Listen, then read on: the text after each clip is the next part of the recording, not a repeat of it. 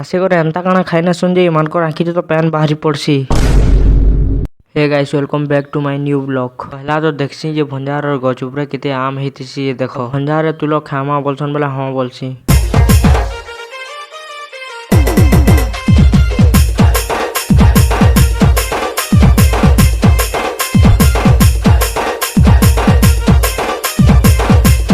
तापरे आम के जेंदा बने बना सासु बाहरी आसु बसी खाबार लगी आम रे बेसी लोका लगी देला बोले दासे और खाई ने लिया का बोलुचन जे सुनो।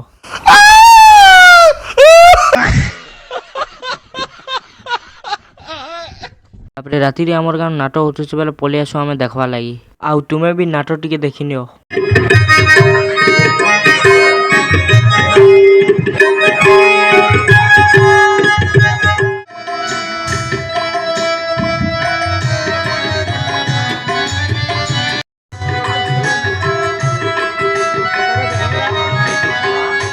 तापरे जेंदा नाटकटा देखि सारसु पले आसु रील्स बनाबा लगी आउ भंजार तो कैमरा धरु जन दासे करे का करू जन जे देखो।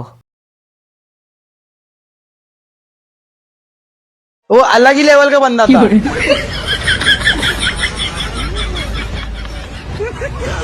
आउ मिनी ब्लॉग के एंड कर भल तो लाइक शेयर सब्सक्राइब टे कर देबो मिलमा नेक्स्ट ब्लॉग रे जय मां समलेई।